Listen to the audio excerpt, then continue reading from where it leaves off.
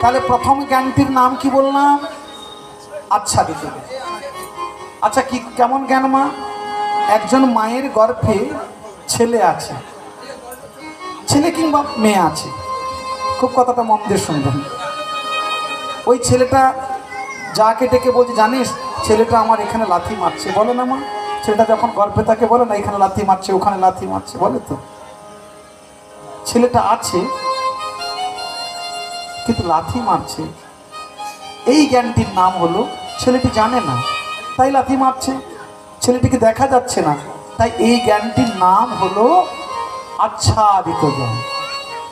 কি বললাম বাবা? আচ্ছাদিত জ্ঞান। আরেকটি উদাহরণ, আচ্ছাদিত জ্ঞানটি কেমন? আপনারা আগুন জানেন তো মা?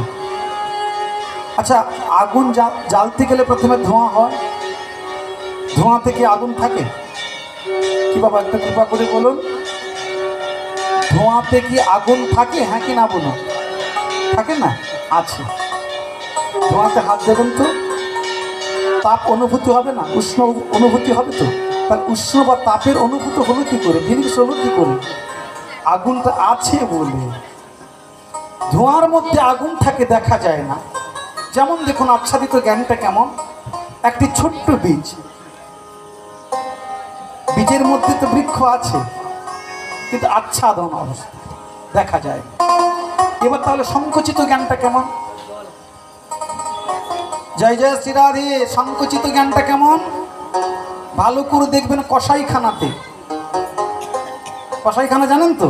মানে ছাগল গরু যেখানে হত্যা করা হচ্ছে, সেই অখাদ্য কুখাদ্য মাংস যেখানে ক্রয় বিক্রয় হচ্ছে। আচ্ছা মা, দেখবেন একজন মানুষের মানে একজন কোনো জননী বা একজন পরিবার একটি ছাগল পোষ মানিয়েছিল, সেই ছাগলের দুটো ছানা হয়েছিল। সেই দুটো ছেলেকে, ছাগলের শাবককে একইভাবে প্রতিপালন করেছে, আদর করেছে, ভালোবেসেছে। কখনো ছাগলের মুখ দিয়ে বলছে, আহা রে তুই আমার কত সোনা, মানে ভালোবাসা। এমন দেখবেন অনেক করে দেখা যায় তো, ছাগলকে বিছানার ভিতরে করে নিয়ে শুয়েছে, তাহলে কত ভালোবাসা। কিন্তু ছাগল ছানাগুলো যখন একটু বড় হয়, খুব মন দিয়ে কথাটা শুনবেন, আমাদের সংকুচিত জ্ঞানটা কেমন দেখুন।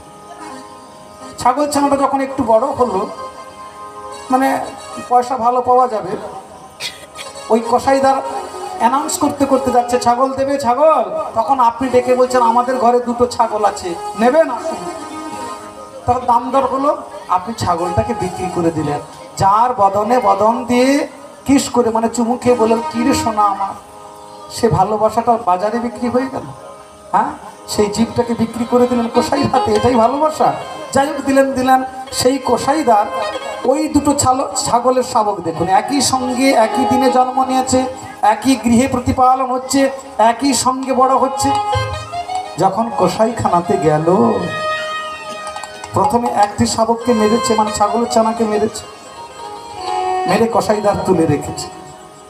খুব চিন্তা করে দেখুন তো, দুইজন তো একই সঙ্গে থাকতো, আর একজন নিচে দাঁড়িয়ে আছে, দাঁড়িয়ে থেকে ওই ছাগলটিকে মেরে টাঙানো হয়েছে, আর একজন যে ছাগলটা ছিল তার মুখের সামনে কিছু ঘাস দেওয়া হয়েছে, মানে সেই ঘাসগুলোকে ওই ছাগলটা খাচ্ছে। কান্নাকাটি করে বাবা, দৌড়ে পালায়। যে ছাগলটা বেঁচে আছে, কসাইদারের কাছে বাঁধা হয়ে আছে, সে ছাগলটাকে অনুভূতি হয়েছে কি, যে আমরা একই সঙ্গে দুই ভাই প্রতিপালন হয়েছিলাম একটি বাড়িতে, একে কেটেছে, কিছুক্ষণ পর আমাকে কাটবে, আমাকে তো যেতে হবে। সেই বিরহ, সেই দুঃখ বা সেই বিদগ্ধ ওই ছাগলটির মধ্যে আছে। ও তো জানে একই সঙ্গে, মানে কিছুক্ষণ আগে একে কেটেছে, আমাকেও কাটবে। কিন্তু ভালো করে তাকিয়ে দেখুন, দুঃখ তো দূরের কথা, ওই ছাগলের কাছে ঘাস দিয়েছে বলে এমন করে ঘাস খাচ্ছে না বাবা। এই জ্ঞানটাকে বলা হয় সংকুচিত জ্ঞান। আমি জীব নিত্য কৃষ্ণ দাস, আমাকে কৃষ্ণ দাসত্ব করতে হবে, ভগবানের দাসত্ব গ্রহণ করতে হবে, এটা জানি, তবু সংকোচ করতে পারছি না। ও মা, গলায় একটি তুলসী আছে, মালা আছে, আছে কি? হ্যাঁ কি না বলো? ও আমি তো জানি না, তবু বলে ফেললাম। দেখুন আপনার দিকে ঘুরেই বললাম, যদি পারেন একটি মালা ধারণ করবেন। জানেন, বুঝেন, মালাটা নিলে মনে হয় ভালো হয়, সাধু বলে, গুরু বলে, বৈষ্ণব বলে, তবু নেই। এই জ্ঞানটির নাম হলো সংকুচিত জ্ঞান। জ্ঞানটা সংকোচ হয়ে আছে। তোমার বৃন্দাবনে যাবেন, ও বাবা তুমি কি কথা বললো, নাতি নাতনি স্বামী এদেরকে ছেড়ে কবে বৃন্দাবন যাই বলো তো, সংসারের এত যন্ত্রণা, মুখে বলছে যন্ত্রণা, তবুও থামে যাবে, তবুও যাবে না। প্রেম সে বলো রাধে রাধে। এটাই জ্ঞান, নাম হলো সংকুচিত জ্ঞান। এবারে সংকুচিত জ্ঞান থেকে মুকুলিত জ্ঞানটা কেমন? এই যে হয়তো ভাগবত কথা শ্রবণ করতে আসেন, সেবা করতে এসেছে, কিন্তু বসেই তো পড়লে। রামকৃষ্ণ পরমহংসদেব স্বামী বিবেকানন্দকে বলছে, এই নরেন, ঠিক কটা দেশ ঘুরেছিস? বলছে গুরুদেব আপনার দয়াতে অনেক দেশ ঘুরেছি। বলছে ডানলপ গদি দেখেছিস? বলছে দেখবো না, বিদেশে কত মডার্ন, কত ফ্যাশন, দেখবো না? ডানলপ গদিতে দেখেছি, এবং শুধু দেখি না, বসেছি। বলছে নরেন শালা বলতো, ডানলপ গদিতে বসলে ডানলপ গদিটা কি হয়? বলছে গুরুদেব ডানলপ গদিতে বসলে কি হয় মা? গদিতে বসলে কি হয়? গদিটা বসে যা। জানিস শালা, এটা আমার কথা নয়, পরমহংসদেব রামকৃষ্ণদেবেরও কথা। শালা যদি তুই একবার হরি নামে বসে যাস, একবার হরি নামে বসে যাস, হরিও যে তোর বসে চলে যাবে। প্রেম সে বলো রাধে রাধে রাধে।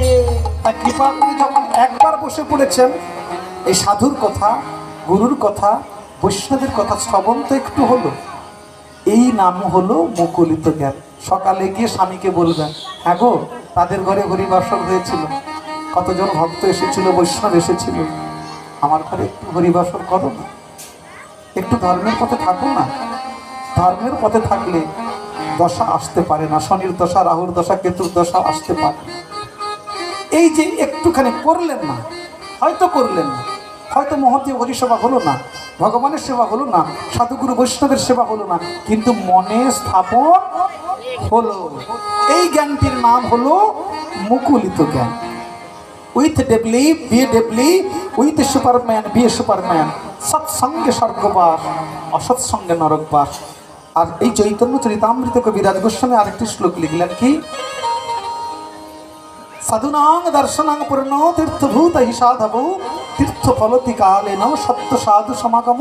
তীর্থ দর্শনের ফল মিলে দীর্ঘকালে, কিন্তু এমন সাধু সঙ্গের ফল দেখো সদ্য সদ্য মিলে। আপনি এই বাজারে এসে যা যা মানত করবেন, ওই হরির কাছে মানত করতে হবে না, সাধুর বাজারে এসে যা মনে স্থাপন করবে, আপনার মনে বাসনা পূর্ণ হবেই হবে। কিন্তু অন্য কোনো বাজারে গিয়ে যদি বলেন আমার এটা চাই, সেটা চাই, সেটা চাই, কখনো পূর্ণ হবে না। এটা মার্ক করে দেখেন। শুধু সাধুর বাজারে এসে বলবেন, ভগবান কবে একটু তোমার সেবা করতে পারবো, আপনার আশা পূর্ণ করবেন অনন্ত করি সাধু গুরু বৈষ্ণব। ভগবানকে ডেকে, ভগবান সবার যেন তুমি আশা পূর্ণ করো। প্রেম সে বলো রাধে রাধে। এই জ্ঞানটিকে বলা হয় মুকুলিত জ্ঞান। এবার বিকশিত জ্ঞানটা কেমন? একদিন আপনি হরিবাসর করেই ফেলবেন। কেন এই ভক্ত বাবা অন্য কিছু আজকে আয়োজন করতে পারতো না? হরিবাসর করলো কেন? সাধু গুরু বৈষ্ণব এখানে আছে বলে, এখানে মহতীয় ভাগবত কথা হয় বলে, এই যে শুনে শুনে শুনে শুনে ভিতরে গুণটা প্রবেশ করেছে, যে না আজকের দিনে একটু হরি কথা, ভাগবতী কথা, ভগবানের কথাটা শ্রবণ করার প্রয়োজনীয়তা আছে। তাহলে এটা হলো বিকশিত। তবে হ্যাঁ সাবধান বাবা, মুকুলিত থেকে বিকশিত জ্ঞানটা কিন্তু কঠিন। কেমন? দেখবেন আমের মুকুল আসে না, ঠিক সেই সময় বিষাক্ত পিপিলিকাও গাছে থাকে, কি থাকে না? এই যে আপনি মনে মনে মুকুল হলো, মনে হয় একটু হরিসেবা করলে, বৈষ্ণব সেবা দিলে ভালো হয়। আপনার শাশুড়ি বলছে, আপনার যা বলছে, দূর কি কথাবার্তা, বৈষ্ণব সেবা দেবে, বাদ দে তো, ওসব ভণ্ডামি ছাড়া কিছু নেই। দেখলেন বিষাক্ত পিপিলিকা কেমন? আমে যখন মুকুল আসে, বিষাক্ত পিপিলিকা ওই মুকুলটা খেতে ভালোবাসে, গিয়ে টুক করে কেটে দিল, আর আপনার সুপক্ষ আম হওয়া হয়ে উঠল না। আর সুপক্ষ আম হলে মানবের সেবা হতো, গোবিন্দের সেবা হতো। কিন্তু এইটুকু মুকুলিত জ্ঞান অবস্থায় যা স্বামী স্ত্রী এমন যদি কেউ কৃষ্ণ বিদ্বেষী হয়ে ভগবত সেবা থেকে বৈষ্ণব সেবা থেকে বঞ্চিত করে দেয়, তাহলে আপনার ওই জন্মেই থেকে তাহলে আর বিকশিত হতে পারলেন না। কিন্তু মনের জেদ রাখতে হবে, প্রভু আজকে পারলাম না, তুমি আমাকে কৃপা করো, তুমি আমাকে সুদিন দাও, আমি যেন সুন্দর করে এমন বৈষ্ণব সেবা দিতে পারি। প্রেম সে বলো রাধে। এবার বিকশিত থেকে যখন বিকশিত জ্ঞান হলো, আপনি হরিবাসর করছেন, হরি নাম করছেন, এবার সাধুগুরু বৈষ্ণবের কাছে গিয়ে বলছেন, হ্যাঁ গো, কয়েক বছর ধরে তো আমি হরি কথা আয়োজন করলাম, আমার মনে হচ্ছে এবার একটু গুরুচরণ আশ্রয় গ্রহণ করে আমি একটু হরি নামের ব্রতী হই। প্রেম সে বলো রাধে রাধে। এই জ্ঞানটির নাম হলো পূর্ণ বিকশিত জ্ঞান। তাহলে জ্ঞান মানে চৈতন্য, যার এমন জ্ঞান হয়েছে তার চরিত্রটা হবে অমৃতময়। প্রেম সে বলো চৈতন্য চরিতামৃত কি বোঝা গেল? ওই চৈতন্যদেব নয়, চৈতন্যের চরিত্রটা হয় অমৃতময়। আর আমার ভগবান চৈতন্যদেব তো তার তো চরিত্র অমৃত। কেন? অমৃত থেকে অমৃততর, অমৃততম, তাই না মা? চলুন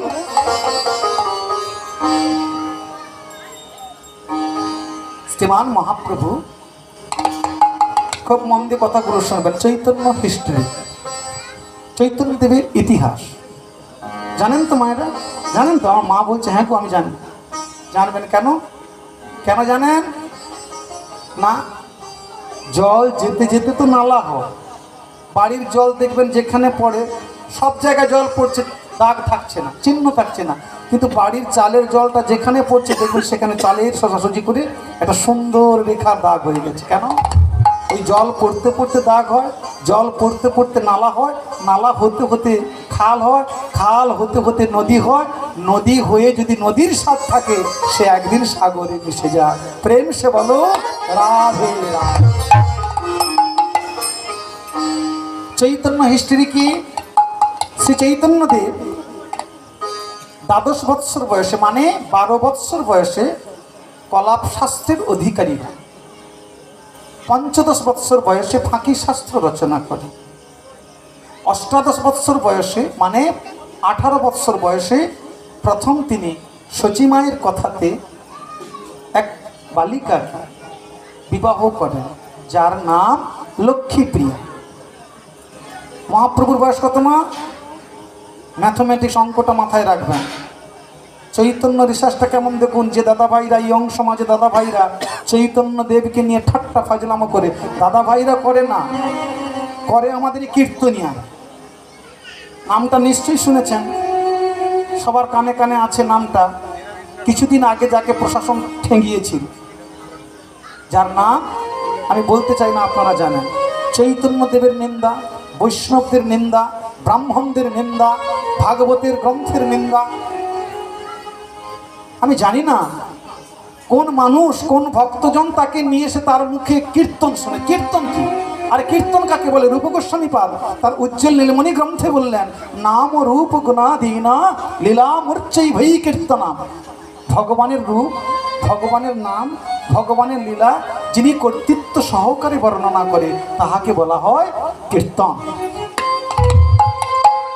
উনি কীর্তন করলো না, মহাপ্রভুর কথা, মহাপ্রভুকে নিন্দা করছে, ভাগবতকে নিন্দা করছে, ব্রাহ্মণকে নিন্দা করছে, বৈষ্ণবকে নিন্দা করছে। নামটা জানেন তো মা? সেই কীর্তনের নামটা জানেন না? আমি বলতে চাই না, বলবো তো নামটা বলাও পা, দীনকৃষ্ণ ঠাকুর। চৈতন্য হিস্ট্রি জানে না, আপনারা একটু ভালো করে শুনুন চৈতন্য হিস্ট্রিটা কেমন। একবারে ম্যাথমেটিক্সের সঙ্গে মিল। প্রতিটা আক্ষেপে, প্রতিটি পদক্ষেপে চৈতন্য দেবের কি কার্যকলাপগুলো দেখুন। আমেরিকাতে, যে এমন দেশ, আমেরিকাতে চৈতন্য দেবকে নিয়ে এখনো রিসার্চ করছে। ওনার কার্যকলাপ অন্যান্য দেবতার থেকে উন্নত।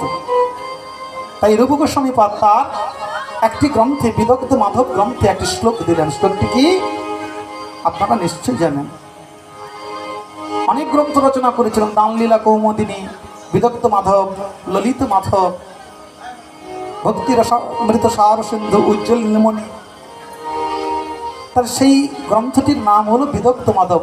अनर्पितां चरिण चिरात् करुणाय अवतीर्ण कलो समर्पयतुमुन्नत उज्ज्वल रसांश भक्ति श्रियां हरिपुरट सुंदर द्युति कदम्ब सन्दीर्पितु सदा हृदय स्कंदरे स्फुरतु व शचीनंदन। তাই চৈতন্যদেব 18 বৎসর বয়সে, অষ্টাদশ বৎসর বয়সে প্রথম তিনি গার্হস্থ জীবনে গমন করলেন, মানে বিবাহ সম্পন্ন করলেন।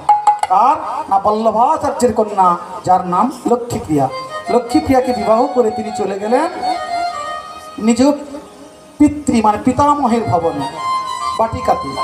কোথায় ছিল? পূর্ব বাংলা শ্রীহট্টে। সেখান থেকে শুনতে পেলেন লক্ষ্মীপ্রিয়াকে বিরহরূপ সর্প দংশন করেছে। চলে আসলো। অতিবাহিত হলো 2 বৎসর। তাহলে 18 দিয়ে কত হয় মা?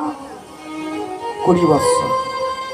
20 বৎসর বয়সে 11 বৎসরের কন্যা রাজপণ্ডিত সনাতন মিশ্রের কন্যা, বয়স কত ছিল? 11 বৎসর মানে 11 বৎসর। কি বলবো মা, এই কিছুদিন আগে উড়িষ্যার কাছাকাছি একটি জায়গায় পাঠ সেরে এসেছি। কয়েকজন সঙ্গে একটু দাঁড়িয়েছি, কথা বলছে। বলছে, ও তোমরা চৈতন্যের নাম করতে গেছিলে, কীর্তন করতে গিয়েছিলে? বললাম হ্যাঁ। বলে, তোমার চৈতন্যদেব কি ভগবান? আমি বললাম, তোমার মনে কি সন্দেহ হয়? বলে, হবে না। যার দুটো বউ থাকে তার কি কোনো ওদিকে সম্পর্ক ছিল না? সে ভগবান হতে পারে? সর্বনাশ! কি ভাবনাগুলো দেখুন। তার সঙ্গে দাঁড়িয়ে অনেকক্ষণ কথোপকথন বলে সে বলল, মহারাজজি আমার ভুল হয়েছে গো, আমি জানি না, এত তত্ত্ব তো জানতাম না। হ্যাঁ, তুমি এভাবে ভাবনাটা নিও না, প্রপোজিসটা নিও না, তোমার ভুল, তোমার অপরাধ হবে। তাহলে এবার চৈতন্য হিস্ট্রিটি ভালো করে শুনুন। তাহলে বিষ্ণুপ্রিয়া দেবীর বয়স কত ছিল? 11 বৎসর বয়স। আর মহাপ্রভুর বয়স কত? 20 বৎসর মানে 20 বৎসর। বিবাহ করে ব্রাহ্মণদের কথাতে তিনি চলে গেলেন কোথায়? পিতার উদ্দেশ্যে। কি দান করতে? গয়াধামে। কি দান করতে বাবা? না, মহাপ্রভু কখনো পিণ্ড দান করেনি, আর বৈষ্ণবরা কখনো পিণ্ড দান করেনি। আপনাদেরকে বলি, আমি ভক্ত বাবাদেরকে বলি, আমাদের এই বৈষ্ণব গার্হস্থ বৈষ্ণবদের মধ্যে কিছু কিছু জিনিস আমরা কুল চিন্তা ভাবনা করি, কুলের চিন্তা ভাবনা করে ভুল কর্মগুলো করি। কি জানেন? আচ্ছা বাবা, আপনাদের বাড়ির ছেলে মেয়ে বিবাহ হলে বিবাহর দিন একটা শ্রাদ্ধ হয় তো? আমাদের হয় তো? হ্যাঁ কি না বলো? শ্রাদ্ধটির নাম নন্দীমুখী শ্রাদ্ধ, হয় না? হ্যাঁ কি না বলো? হয় তো? হ্যাঁ না, আপনাদের হয় না বাবা? আপনাদের হয় তো? করবেন না, ওটা তো 4টি বর্ণের হবে। ব্রাহ্মণ, ক্ষত্রিয়, বৈশ্য, শূদ্র হবে। আপনি কি 4টি বর্ণের মধ্যে পড়েন? হ্যাঁ কি না বলুন? আপনি কি 4টি বর্ণের মধ্যে পড়েন? বর্ণাশ্রম চারবতা পুরুষে না পুরাপমান। আপনি 4টি বর্ণের মধ্যে নন, তাহলে আপনি ওই কার্য করছেন কেন? আর একটি কথা দেখবেন, যখন আপনার পিতৃমাতৃ বিয়োগ হয়, মানে বৈষ্ণব ধর্মে বা যিনি বৈষ্ণব ধর্ম অবলম্বন করেছেন, সেই পিতৃমাতৃ বিয়োগে ব্যাসক্ত ব্রাহ্মণকে ডেকে আনেন। ডেকে এনে মার্জন হন, একটু সিধে বা তার অন্ন বস্ত্র তুলে দেননি? ব্রাহ্মণকে ডাকেননি? হ্যাঁ, অনেক জায়গাতে কিন্তু আছে কুল পুরোহিতকে ডাকতে হয়, কিন্তু ওখানে পুরোহিতের কোনো কাজ নেই। কেন? পুরোহিতকে দান আপনি করতে পারেন, কিন্তু কোনোরূপভাবে ওই পুরোহিত অনুষ্ঠান করতে পারে না। তবে হ্যাঁ, পুরোহিত যদি, ব্রাহ্মণ যদি বৈষ্ণব ধর্ম অবলম্বন করে থাকেন, বিষ্ণু মন্ত্রে আশ্রিত হন, তাকে দিয়ে নৈমিষারণ্য কর্ম করানো যাবে। আর একটি কথা মনে রাখবেন খুব, ছেলে মেয়ের বিবাহ হলে কিন্তু নন্দীমুখী শ্রাদ্ধ করবেন না। এটা বৈষ্ণব ধর্মের মধ্যে নেই। বলে পাবো কোথায়? পাবেন কোথায়? গ্রন্থটির নাম বলে দিচ্ছি। 2 জন গোস্বামী মিলে একটি গ্রন্থ করেছিল। গ্রন্থটির নাম কি বাবা? আজও পর্যন্ত 2 জন গোস্বামী মিলে একটি গ্রন্থ করেছে, কেউ নেই, কোনো গ্রন্থ নেই, একটি গ্রন্থ আছে। কে? সনাতন গোস্বামী আর গোপাল ভট্ট গোস্বামী একটি গ্রন্থ করেছিলেন। গ্রন্থটির নাম হরি ভক্তি বিলাস। সেই হরি ভক্তি বিলাস হলো বৈষ্ণবদের দর্শন শাস্ত্র, সেই গ্রন্থটি দেখে নেবেন।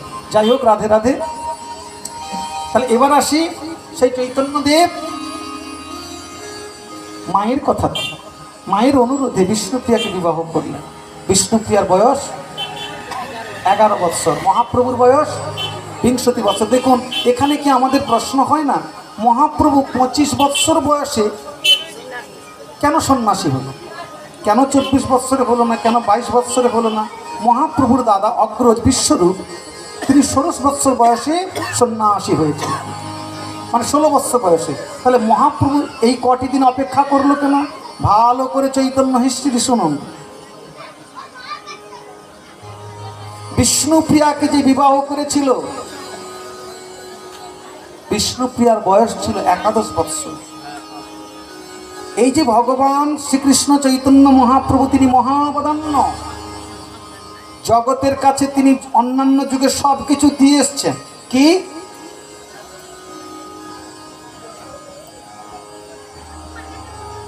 ছটি ঐশ্বর্য কি বাবা ভগবানের? ছটি ঐশ্বর্য, ষড়ৈশ্বর্যপূর্ণ 6টি ঐশ্বর্য কি? শ্রী, ঐশ্বর্য, যশ, বীর্য, জ্ঞান, তারপরে ঠিক কি বাবা বলুন বলুন? 6টি ঐশ্বর্যপূর্ণ ভগবান, তাকে স্বয়ং ভগবান বলা হয়। আর এই যুগে তো অনেক মডেলধারী ভগবান হয়ে গেছে। এ বলছে আমি যুগ অবতার, এ বলছে আমি যুগ অবতার, সে বলছে আমি যুগ অবতার।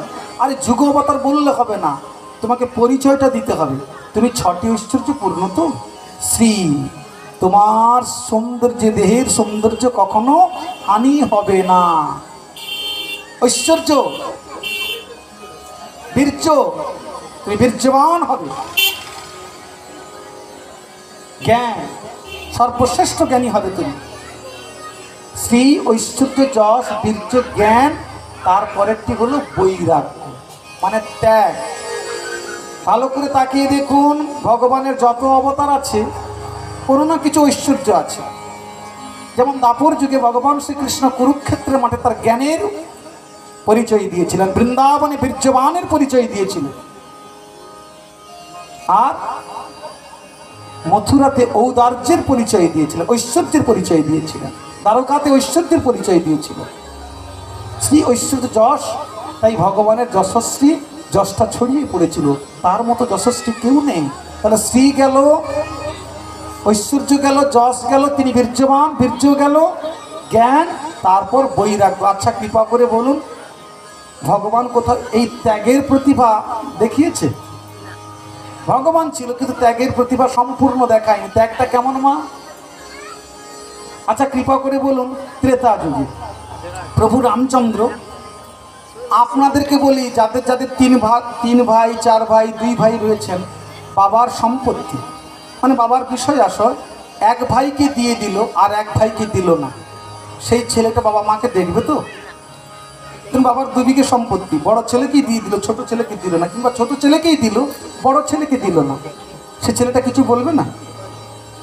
বাবা তুমি আমাকে সম্পত্তি দিলে না কেন, বিষয় দিলে না কেন, ধুর মশাই তোমাদের আমি আর দেখতে পারবো না, কি বলবে না? কিন্তু ভালো করে দেখুন ত্যাগ কাকে বলে। ত্রেতা যুগে প্রভু রামচন্দ্র শুধু পিতৃ আদেশে,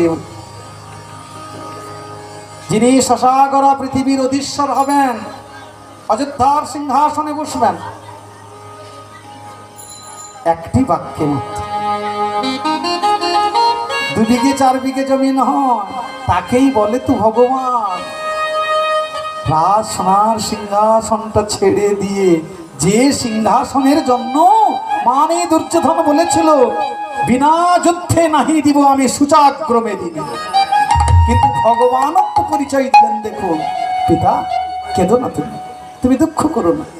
হ্যাঁ আমার ভাই ভরত রাজা হবে, কিন্তু সবাই বলবে ভরত কার ছেলে? না দশরথের ছেলে।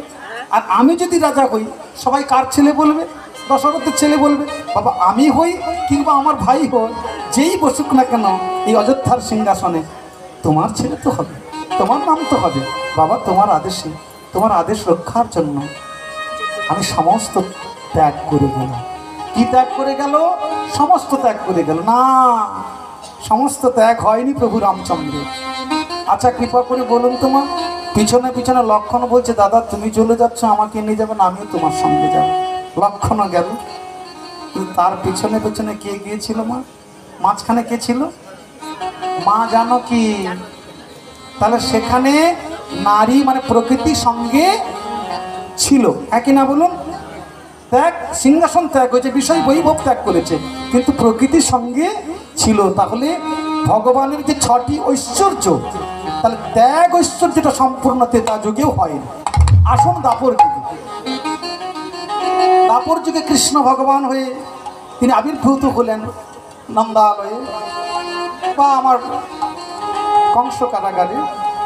এবার কৃপা করে বলুন তোমার এত ভালোবাসার বন্ধনে বাঁধলে কাদের? ব্রজগোপিকাদের। কিন্তু সেখানে মা জানকী সঙ্গে গিয়েছিল, এখানে বৃন্দাবন পরিত্যাগ করে মথুরাতে গেল। আজ যাই কাল ফিরে আসবো, ফিরে এসেছিল? আসেনি। কিন্তু ত্রেতা যুগে মা জানকীকে প্রকৃতিকে সঙ্গে নিয়েছিল, কিন্তু দাপর যুগে একটু ত্যাগটা বাড়লো। কি?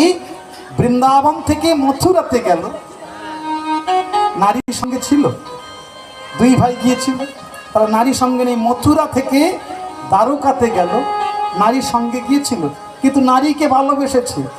বৃন্দাবনে ব্রজবাসী গোপবৃন্দের স্ত্রীদের মানে গোপীদেরকে, মথুরাতে কুব্জা সুন্দরীকে, যেখানে যেখানে গিয়েছে সেখানে নারী ছিল, কিন্তু নারীর সঙ্গে যায়নি। ত্রেতা যুগে নারীর সঙ্গে গিয়েছিল, দাপর যুগে ত্যাগটা একটু বাড়ালো, বৈরাগ্যটা একটু বাড়ালো। কি? এখানে নারী সঙ্গে যায়নি। কৃপা করে বলুন না গৌর ভক্তগণ, কৃষ্ণ ভক্তগণ, এই অধুনা কলিযুগে ভগবান শ্রীকৃষ্ণ চৈতন্য মহাপ্রভু সেটুকুই অপেক্ষা করেছিলেন, আমি সম্পূর্ণ ত্যাগ জগতের কাছে জানিয়ে যাব। আমি যে সম্পূর্ণ ত্যাগী এটা জগৎকে বুঝাতে হবে। আমি যে সরৈশ্বর্যপূর্ণ ভগবান এটা জগৎকে জানাতে হবে। কি করে? না, বিষ্ণুপ্রিয়ার বয়স 11 বছর। তাহলে আমি 22 বছর বয়সে সন্ন্যাসী হতে পারি না কেন? যদি আমি 22 বছর বয়সে সন্ন্যাসী হই, তাহলে বিষ্ণুপ্রিয়ার বয়সটা 11 দুয়ে 13 বছর হবে। তাহলে 13 বছরের নারীকে কি পূর্ণ যুবতী বলে বাবা? আপনারাই তো বলেন এ যুগে সব ছাড়া যায়, নিজের স্ত্রীকে কেউ ছাড়তে ছাড়ে? যারা লম্পট বদমাস তারা ছেড়ে কেউ স্ত্রীকে ছাড়তে পারে? বাবা মাকে ত্যাগ করে তুলে, যে গর্ভে ধারণ করেছে মা জননী, তাকেও পরিত্যাগ করে স্ত্রীকে নিয়ে আলাদাভাবে থাকলো, কিন্তু স্ত্রীকে ছাড়তে পারে। কিন্তু হায়রে শ্রীকৃষ্ণ চৈতন্য মহাপ্রভু দেখুন, এই 24 বৎসর কমপ্লিট করে, কেন 25 বৎসর পদার্পণ করে সন্ন্যাসী হয়েছিলেন। জগৎকে দেখাতে চাইলেন আমার বৈরাগ্যটা কেমন দেখ। শুধু গেরুয়া পোশাক পরেছি এটা নয়, আমার কর্তব্য কর্মটা দেখো। যেদিন বিষ্ণুপ্রিয়ার বয়স 16 বৎসরে পদার্পণ করে, তাহলে 16 বৎসরের নারীকে কি বলে? 16 বৎসরের নারীকে কি বলে বাবা? পূর্ণ যুবতী। তাহলে জগৎকে এবারে দেখাতে হবে যে যুবতী স্ত্রীকে রেখে আমি আমার রিপুগণকে সংযত করি, অর্থাৎ ভগবানই তা ভগবানের পক্ষে সম্ভব হতে পারে যে যুবতী স্ত্রী থাকলো ঘরে, আমি চলে গেলাম, কুবাসনা নিয়ে নয়, জগতে হরিনাম প্রেম প্রদান করবার জন্য। তাহলে বিষ্ণুপ্রিয়ার বয়স যেদিন 16 বৎসরে হলো, তাহলে 11, 12, 13, 14, 15, 16 বৎসর মা? 16 বৎসরে পড়তে গেলে 4 বৎসর কমপ্লিট করতে হবে বিষ্ণুপ্রিয়াকে। যেদিন বিষ্ণুপ্রিয়া 4 বৎসর কমপ্লিট করে 16 বৎসরে পদার্পণ করলো, আর এদিকে শ্রীমান মহাপ্রভু এই 20 বৎসর বয়সে বিবাহ করেছিল, তাহলে 20 4 কত হয়? 24 বৎসর কমপ্লিট করে 25 বৎসরে পদার্পণ করে মাঘ মাসের শেষে সংক্রান্তির দিবসে প্রভু করিতে সন্ন্যাসী। প্রেম সে বলে নিতাই গৌর প্রেমানন্দে হরি হরি বল। এই এক